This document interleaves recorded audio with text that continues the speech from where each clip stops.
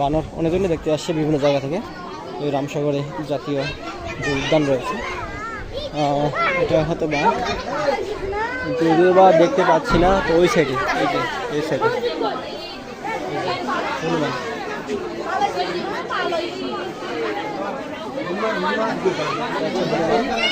আমার পাশে দেখতে পেলাম বানর। সামনে হয়তো বা দেখতে পাবো আমরা অজগর সাপ।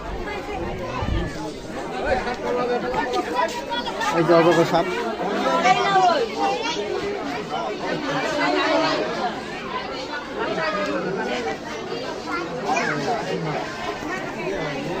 পাশে আমরা যেটা লক্ষ্য করলাম সেটা হচ্ছে হরিণ। তো এখানে অনেকে এসেছে বিভিন্ন জায়গা থেকে, অনেকে এসেছে এখানে দেখার জন্য। তো আমরা তো এই চিড়িয়াখানায় আবার দেখেন এই যে ছাগল রয়েছে, হ্যাঁ, উন্মুক্তভাবে রয়েছে ছাগল ছানাটি আবার এই যে ছাগল ছানা।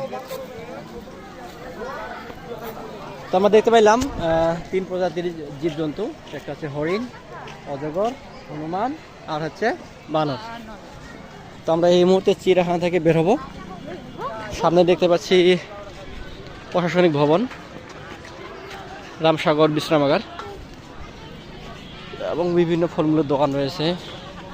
চাইলে আপনাদের প্রিয়জনকে নিয়ে আসতে পারেন, সেই সাথে আপনাদের পরিবারকে নিয়ে আসতে পারেন। একটি পিকনিক স্পটও বলা যায়। এটা হচ্ছে প্রবেশ পথ চিড়িয়াখানার।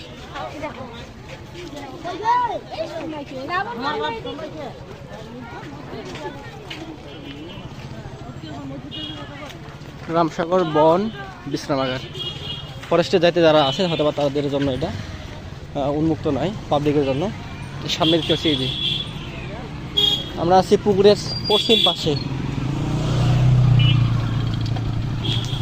আজকে এ পর্যন্তই, দেখা হবে নতুন কোনো ভিডিওতে নতুনভাবে। ভালো থাকবেন, ভালো রাখবেন, বাই বাই।